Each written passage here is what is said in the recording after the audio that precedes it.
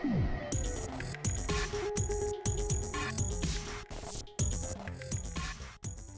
everyone, Steven here, and today I'm reviewing the Gigabyte M27UA, which Gigabyte has slowly become one of my favorite monitor brands, as all the monitors I reviewed have delivered on the performance side. Now, like all of my monitor reviews, I'll cover the specs first with the in-panel settings and my test results before getting into what I like, potentially don't like, and the gray area before wrapping the video up. With that being said, let's get into the specs. The Gigabyte M27UA is a 27-inch 4K IPS panel monitor with a 160Hz refresh rate and a 1 millisecond motion picture response time / 5 millisecond gray-to-gray response time. This has a typical brightness of 400 nits, a 1000:1 contrast ratio, and has a color saturation of 95% for DCI-P3 and 128% of the sRGB. This is certified HDR 400, but that's going to be 8-bit plus FRC for HDR here, not true 10-bit color.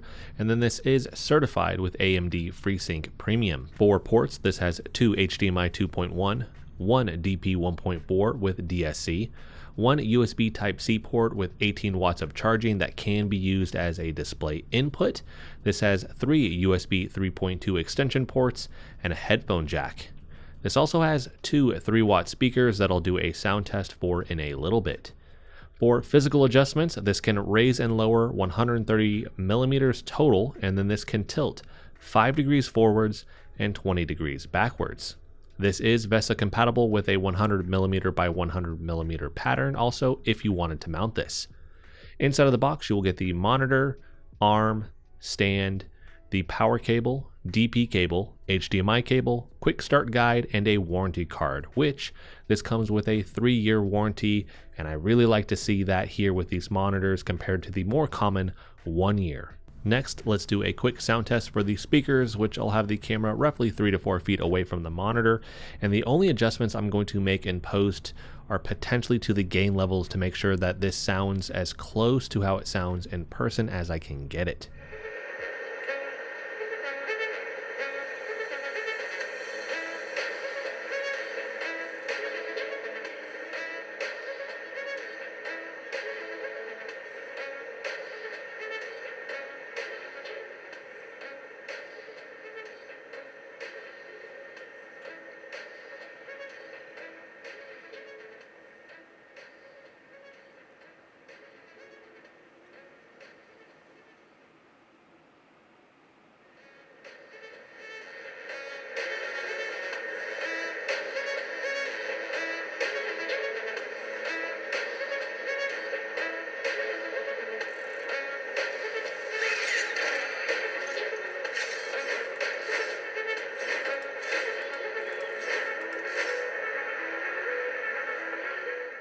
Shifting into the panel menu now, the menu button is a single button on the back of the lower right hand side.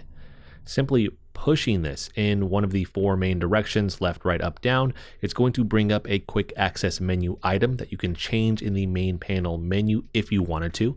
If you click this in, it's going to bring up a separate quick access menu with the power button towards the bottom, KVM switch to the left, game assist to the right, and then the main panel menu to the top. Pulling up the main menu though, you have your current settings at the very top, and then for the tabs you have gaming, picture, display, picture-in-picture / picture-by-picture, system, language, and reset all.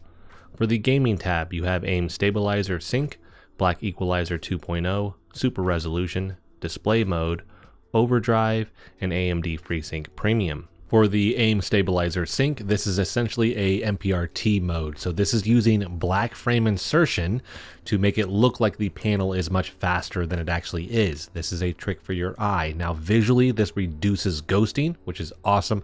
Just keep in mind, again, it is a trick to the eye. And my camera here is picking up on this black frame insertion, so it looks like it's strobing right now. It will not look like that in person. To your eye, it will look like it is just very clean with very minimal ghosting. It may get a little bit dim, but that's usually something that you do see with these MPRT type modes. For the display modes, you have full, aspect, 1x1, 22, 23, 23.6 and 24, and they do tell you the aspect ratio. The only different one here is going to be the 22, which is a 16:10. For overdrive, you have off, smart overdrive, picture quality, balance, and speed. I will cover these in more detail when I get to my test results with the on-screen response time testing tool.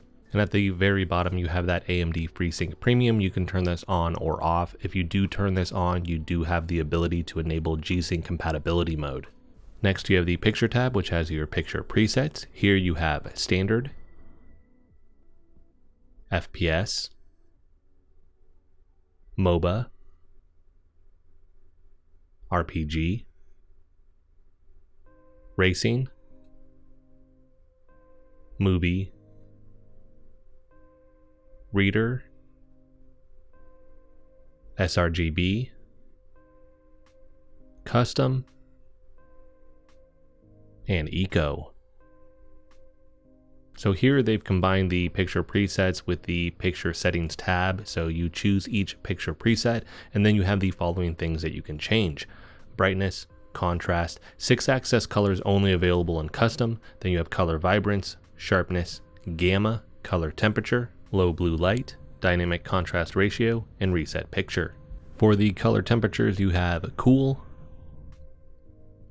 natural, normal, warm, and user defined, which allows you to adjust the RGB colors. Now with this, you can enable HDR. If you do that, it's going to change the picture tab over to just the HDR settings. Here you have HDR, HDR game, and HDR movie.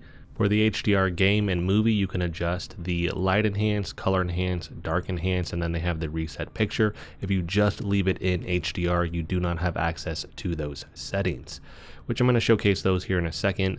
The light enhance and color enhance actually do a good job in terms of the adjustment and the visual change that you will see. Dark enhance, it's either on or off, where the other two are a scale sliding up to 3. I don't really notice much when it comes to the dark enhance in game, or if I'm just looking at like movies or a still image or anything like that. It was just harder to see anything actually changing with that setting. Next is the display tab. The only thing I wanted to showcase here is the fact that you can use that Type-C input for a display input. Next, you have the picture-in-picture / picture-by-picture tab. For picture-in-picture, you can change the source, the size, location, display switch, audio switch. For the picture-by-picture, you have source, picture-by-picture mode, display switch, and audio switch. Next, you have the System tab, which has audio, OSD settings, quick switch, and other settings. For the audio, just a heads up, this is at 50% by default. For the OSD settings, I'm not going to showcase those, but you can change the size, which I do like. You can rotate this, which I think is interesting. So you can rotate it 180 degrees, but this doesn't actually pivot, so it would be more for a monitor arm if you had this set up on one of those, because by default, again, this just doesn't pivot, so it's an option you can't use with the regular base and stand. For the quick switch, that is where you can change the various options for the quick access menu off of the menu button, which here you will find aim stabilizer sync, black equalizer 2.0, low blue light, volume, input, contrast, brightness, picture mode, KVM switch, and eagle eye.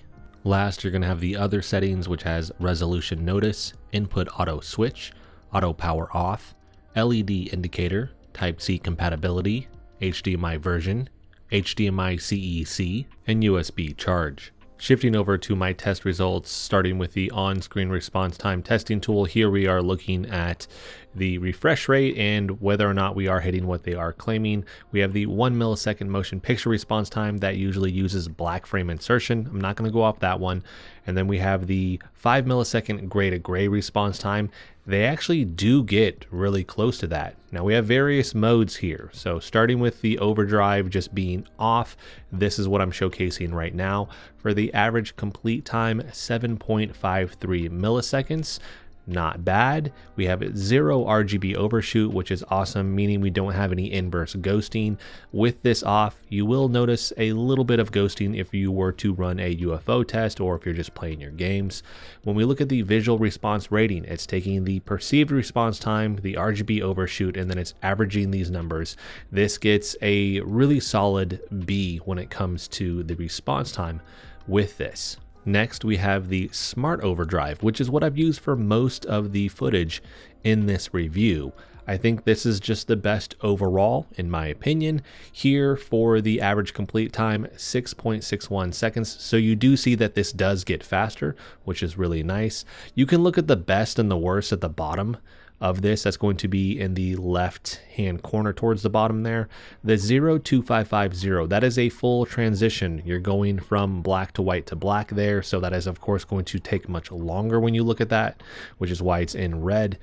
Best 2.7, worst 8.6. Like, again, these are going to be the best. What we want to see here is, are they getting better overall? Here across the board, this is getting faster, which I like to see.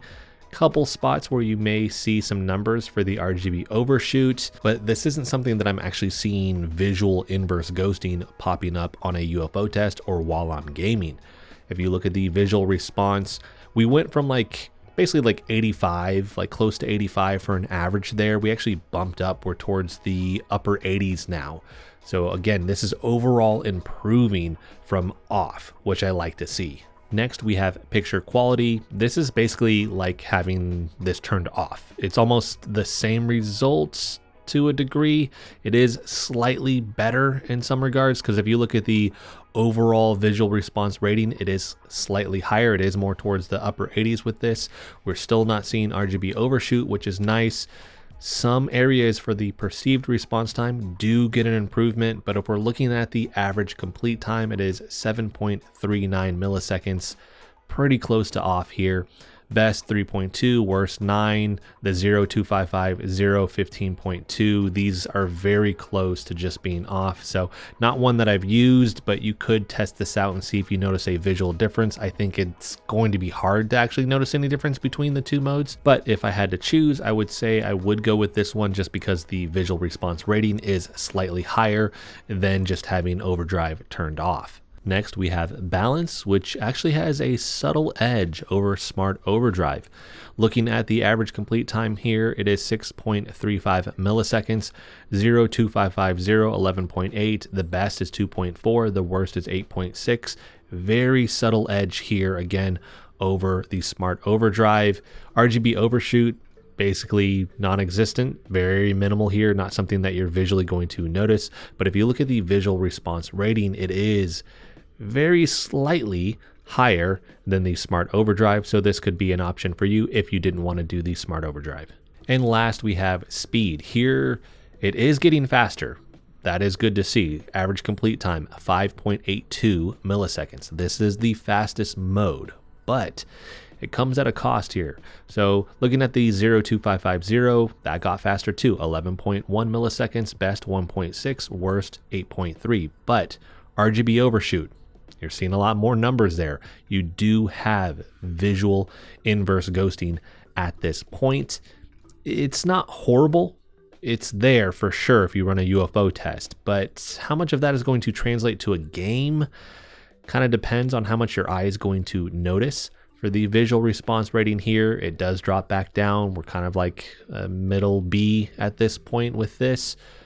I think for some people, they may want the slightly faster response time, but it does depend on whether or not you are noticing a lot of inverse ghosting, but I don't know that everybody is going to actually notice that. Now, I do like the fact that all of these did have a difference to them. I will say it is rather subtle between all of these. If you're comparing the extremes, you'll notice the bigger difference, but side by side with each step, if you're looking at this and then comparing it to like some of the ROG monitors where they have 20, that's a lot. That may feel excessive to some people where it's like, dude, 20 levels to the overdrive mode. There, they have the subtle differences between each level, but you stack that across all 20, and there's a big difference in these 5 increment chunks that you would see. Here we have these 4 or 5 different modes there is a difference, but they just feel more subtle, as if I'm doing those subtle incremental steps like on the ROG monitor, which for the ROG monitor, that is going to be their XG series lineup. I haven't reviewed all of them. The ones I have reviewed have been IPS panel monitors. Again, you get 0 to 20. That can feel extreme. You do get a wider range of adjustments with that though, where here it does feel like Gigabyte kind of played it safe. There are these differences, but again, they feel very subtle. And I partly get that, because if you start to go too fast with this, you're going to get something where there's just so much inverse ghosting, nobody's going to really use it, which is kind of what the ROG monitors feel like. Once you get towards like above 15, there's so much inverse ghosting. Yes, the panel is faster, but you're sacrificing a lot to get there. So I don't think too many people end up using that mode. But I still would have liked to have seen just maybe push this just a little bit more, kind of squeeze a little bit more juice out of it. I think more people would appreciate that, just because these are pretty subtle again between the various modes that they do offer here. Now, with all that being said, although I do think that they played it a little bit safe, across the board, unless you're an extreme hardcore gamer, the ghosting here is very minimal. Performance is still top notch with these modes. You just don't get a ton of variance between the overdrive modes when it comes to this panel. Next, we have the test results from the SpiderX color calibration tool. This monitor doesn't have different color gamut modes to it. And just going through the various picture presets, the only different one amongst all of them would be the sRGB picture preset, which here I'm showcasing RPG and standard just to show you that the other picture presets are the same when it comes to the test results. But here, just looking at RPG, this has 100% coverage of the sRGB color gamut, 84% of the Adobe RGB, 93% of the DCI-P3, and 82% of the NTSC. If you look at standard over there on the far right, it's the exact same. Looking at sRGB though, and this is pretty typical when you have an sRGB mode, you will see color gamuts just come down. This one is 98% coverage of the sRGB, 74% of the Adobe RGB, 76% of the DCI-P3, and 69% of the NTSC. So unless you're using that for something where it's a project in Premiere Pro, Photoshop, whatever, where you need that specific kind of color, space color gamut where, hey, I have to work in this for whatever I'm doing, use the other modes, just because visually I think they look much better than this one because they just have more color to them. Now, all that being said, this is color gamut. They're talking about color saturation when it comes to their numbers. I'm giving more information on top of the information that they are giving. What I don't like is Gigabyte is one of the few companies that says color saturation. They're not talking color space. They're not talking color gamut. So let's quickly look at what those differences are. So I'm not going to read all of this. I'm just going to give the kind of top first line or two. Color gamut, the range of colors that a system can display, reproduce, or capture. It's a 2D representation of the range of colors in a color space and can be thought of as the borders of that space. Color space, a mathematical model that defines how colors are represented in terms of numbers.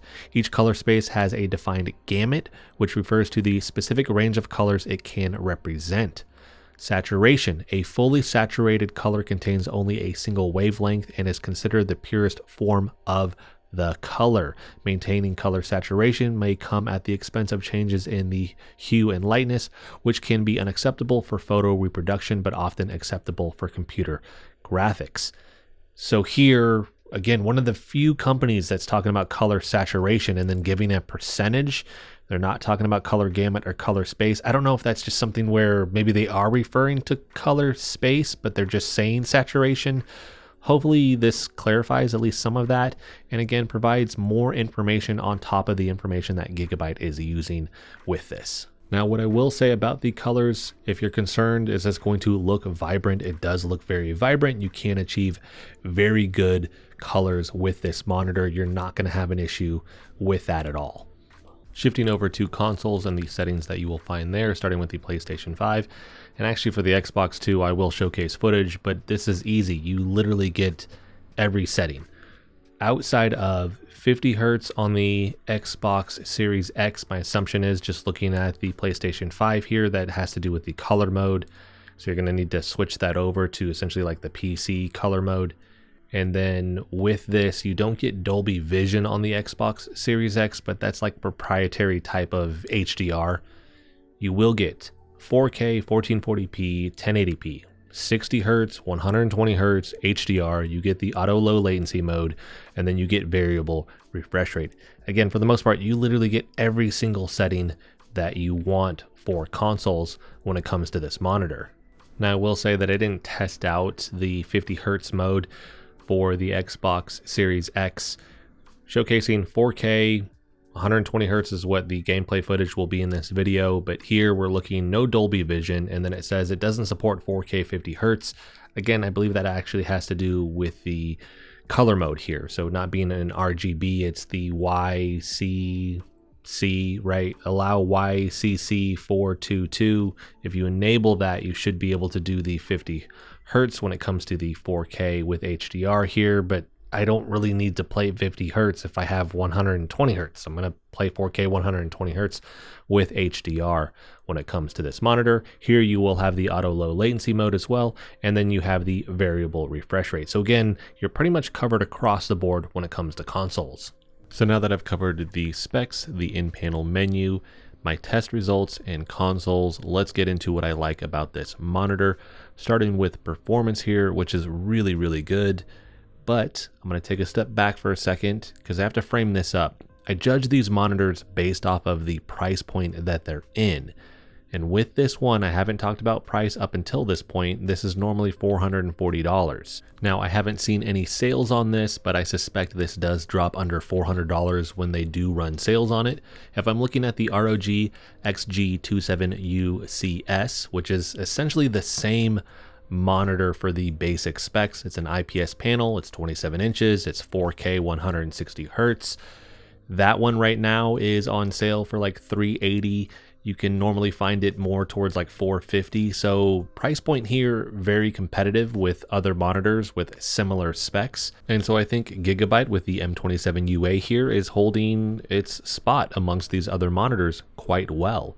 With that, when we look at performance, out of the box, it has very vibrant colors. The 4K resolution here with this 27-inch size means you do get a higher pixel density, so everything looks very crisp. The refresh rate here is really solid. You do get the adjustments with the overdrive, but this is where, if I'm comparing it to the ROG UCS, they offer more in regards to the adjustments that you can do to the overdrive. But you have outliers there. Although they're giving you 20 steps and not just like the 4 or 5 that you find with this monitor, I'm not running that at the 20 because it has so much inverse ghosting. It's just not usable in my opinion. Here, you have these modes. They are doing something. I do appreciate the fact that Gigabyte was very transparent. They said, hey, this is either a 1 millisecond motion picture response time if you want to go off of that metric, or 5 milliseconds gray to gray, which lines up pretty closely to my test results here. So they gave a more transparent number when it came to the response time. I think across the board, this performs really well. Again, considering the price point here, I'm not seeing horrible ghosting. I'm not seeing a ton of inverse ghosting, a lot of black smearing or anything like that. It just looks really good out of the box, which I like. For the in-panel menu, you do get a good amount of adjustments, and I like the fact that in terms of calibration out of the box with these picture presets, they're good. They're not horrible. I've seen some bad ones with Samsung specifically, where you get out of the box and you're like, half of these aren't even usable. Here, the various picture modes, most of them are usable, and I think most people don't want to spend a ton of time calibrating their monitor. If they can just click on a picture preset, maybe make some minor adjustments, and they have it exactly where they want it, I think that is a huge plus, and Gigabyte has done that here. So we have solid performance in terms of the refresh rate and the specs that they have with this. We also have just really solid visuals. Now this is a newer version of their M27U. The A in this naming scheme just means advanced. they just essentially kind of tweak some things with this. So the previous version had HDR 600. This one only has HDR 400. So we took a subtle step back in regards to that. The previous model had 8 local dimming zones. This one doesn't have any, but I'm going to cover HDR more in a little bit. But for the rest of the changes, they will be pretty subtle for the most part in regards to performance when it comes to the color gamut modes, contrast ratio, typical brightness, things like that. And I will put a link for the monitor's unboxed review of this monitor in the description, where they have those more in-depth tests, and they do compare the M27U to the M27UA in regards to those tests. So you can see again the differences there, but they are for the most part somewhat subtle. Some are a little bit better than others, but overall this just feels like a refresh for a monitor that came out in 2022. That's when the original M27U came out, and then this M27UA came out in 2024. So again, they've just kind of brought it up to where everything was in 2024. And although I do think they played it safe to a certain degree with certain things with this monitor, I still think that it paid off for them because they have a very solid monitor when it comes to the M27UA here. Next, I think for consoles, this is a really solid option. If you're using this with PC, it's really good, but if you're using it with consoles, definitely one that I would say I would recommend to people because, as we covered earlier, you basically get all of the options when it comes to a PlayStation 5 or Xbox Series X. Outside of something like Dolby Vision, which is more proprietary, it's a type of HDR, you literally are getting all of the options when it comes to consoles. So a lot of times I get people asking, is this a good monitor for the PlayStation 5 or the Xbox Series X? This is one that I can definitively say is very good for either of those consoles. And so with this, we're getting great performance, we're getting a solid response time, we're getting everything when it comes to consoles for the options that you will have there. You're getting a solid price point, and then on top of that, the last thing here is going to be the extras. A lot of times in this price point, you may or may not find all of these things, but here we get speakers, which the ROG XG27U CS does not have speakers. You're getting the extra USB ports. You're getting the USB-C port that can be used as a display input. I really like that. With the USB-C, this one has 18 watts of charging. The UCS has 15 watts, so pretty similar there. Both of those can be used as display inputs. I like when they have that because they give you more options when it comes to, do I want to connect my phone to this, or if we're dealing with a handheld or a laptop or anything like that, you just have more connection options, which I do appreciate, on top of being able to use that with the KVM switch. So you're getting the KVM switch here. The ROG monitor would have that. And so you can use your peripherals with the monitor, and then anything connected to that can then be used across the board. So you're not changing out your connections from your PC over to a laptop or anything like that. Anything connected to the monitor will have access to those peripherals, not just via the USB-A, but also the USB-C. So you could use either ports, which I do like the ability to do that as well. And last, I like the 3-year warranty here. I think that has to be factored into the cost when it comes to a monitor because you are covered for much longer. I do hope the industry moves away from these 1-year warranties and we start to see more kind of fall in line with what ASUS has been doing for a long time, which is 3 years across the board. It doesn't matter the monitor, you are covered for 3 years. Now, when it comes to Gigabyte specifically, the 3-year warranty is for small and medium sized monitors under 40 inches. And so you get 3 years with that. But if you go above 40 inches, it drops down to a 1-year warranty. When it comes to their OLEDs, you are covered for 3 years there, so just be mindful, size does matter when it comes to the warranty in regards to the Gigabyte and Aorus monitors. One last thing I did want to cover, because I didn't cover this in great detail like I have with some of the ROG monitors, is that this does have a control center. Here, we have general settings, display settings, app info, gaming assist, and then reflash settings. You don't have all the same settings that you will find in the panel menu, but you do find a good amount of them. So you can adjust the monitor from this instead of going to the panel menu when you want to make these changes.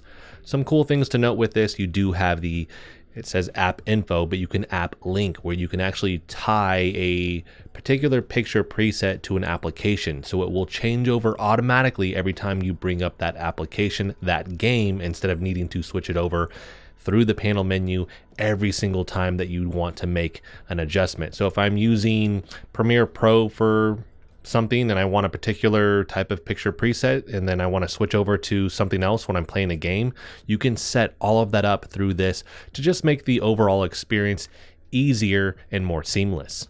Shifting over to the negatives, I'm happy to report I don't have any here. There isn't any standout glaring issues when it comes to this monitor. You just have to know what you're getting into. Again, a subtle refresh to a monitor that came out in 2022 here. As far as comparing it to the other ones that are out there, it holds its own. So you have subtle differences between certain monitors. I keep bringing up the UCS here. And so when it comes down to it, you will have to look at those subtle differences and then go with the one that best suits your needs. But across the board, I think these are going to be really solid options for anybody that doesn't want to break the bank when it comes to getting a great monitor that works with PC and consoles. This does bring us to the gray area stuff though, which are things you may or may not care about. And here I'm going to start with the HDR. We do not get true 10-bit color as far as I've seen. Everything that I've looked into with this says that this is 8-bit plus FRC. So if you need true 10-bit color, this isn't going to be the monitor for you. For basic gaming, it will be fine. Your eye most likely isn't going to notice a difference between 8-bit plus FRC and true 10-bit color. But if you're dealing in applications where you need that true 10-bit color, or you're looking for like very high tier HDR experiences, this isn't going to be the monitor for you. Part of what feeds into that, this has no local dimming zones. Now comparing it to the first version, you had the 8 local dimming zones. That's just such a small amount. It usually causes more issues than anything, which is one of the reasons why I think they got rid of it here. So I think it was a good choice to get rid of the local dimming zones, because they weren't probably going to add anything when it came to the HDR experience. If anything, it was probably going to take away from it a little bit, because you can see the lines in that sometimes, where if something's illuminated on one side and not another, but it's split between one of those zones, it just doesn't look very good. You'll get a lot of blacklight bleed and things like that when it comes to that. If you're looking for the ultimate HDR experience, you're going to need to look at something like an OLED, but the price goes up a lot when it comes to one of those, or a monitor that just has a lot of local dimming zones, more in like the 1,000+ local dimming zone range. Now, with this, I think for consoles, it looks decent. I'm showcasing gameplay footage, and I do label that SDR or HDR. It's fine for your average gamer. It is 100% fine when it comes to this. If you are a more extreme gamer, hardcore enthusiast, then you're going to be looking at other monitors anyways. So here it's probably not applicable to you to get this monitor. For people that, hey, I just want to play with the consoles, I have a PC, I want to use it here and there, I think this is going to be 100% fine.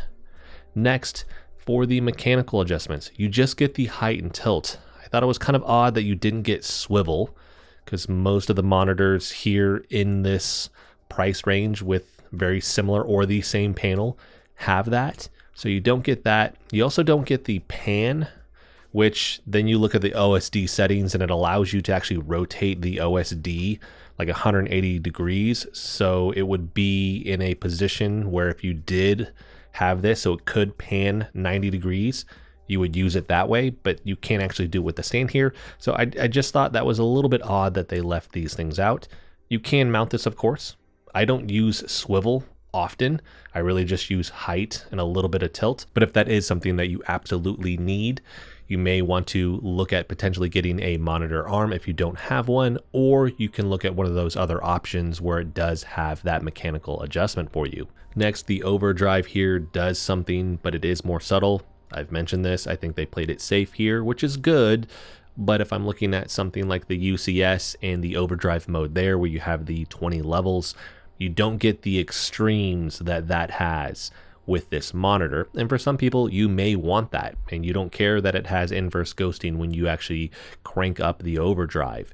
Here, you're kind of clamped into a much smaller range in difference between these overdrive modes. So if you wanted to compare this to the UCS, I will have a link for my review, and I do showcase my test results with the on-screen response time testing tool, so you can kind of make a comparison between the two. If you just want like decent overdrive, this is an easy recommendation because you don't have to really sit there and mess and like which one is better and go through 20 levels. You can just say, hey, I'm just going to do the smart overdrive, because I think here that's one of the easier choices. It just looks solid across the board, and there's not a horrible amount of ghosting when it comes to this monitor anyways. But if you are a hardcore gamer, a enthusiast, and you do want more control, I would say lean towards something like the UCS over this one, where you're not getting as much control over the overdrive. And last, I do want to mention that this does have the IPS panel glow to it. This isn't any better or worse than any other IPS panel monitor that I've reviewed in the past. It's there. If you play really dark games, it's usually where you're going to notice that there is a glow to this panel. If you turn down the brightness overall within the game settings, you can negate that a little bit, but it's still going to be there. I don't personally notice it a ton or mind it, but if you play a lot of dark games, more so than any other game type, you may want to look into something that has local dimming zones or something like an OLED, where you're going to get more pure blacks to those games, because again, you're just going to have some level of glow to this panel. The last thing I do want to mention here is that the text clarity is really good. I usually get a question about that. With this being 4K at the 27 inches, I mentioned earlier that that has a higher pixel density, which means everything looks crisp. That especially is applicable to text. So you're not getting a lot of pixelation or anything like that. Here, it just looks really good. So in conclusion, I think Gigabyte has delivered a solid option for anyone looking to get a 27-inch 4K monitor with a good refresh rate and response time that won't break the bank. The extras here provide you with a lot of connection options, and Gigabyte delivers on not only the performance side, but the calibration side as well, with solid picture presets and customization. I'm going to have a link for this for anyone that wants to pick it up in the description. If you have any questions about this, let me know in the comment section, and I will make sure to answer that for you there. And that's going to wrap this one up. Thank you guys so much for watching, and I'll see you in the next video.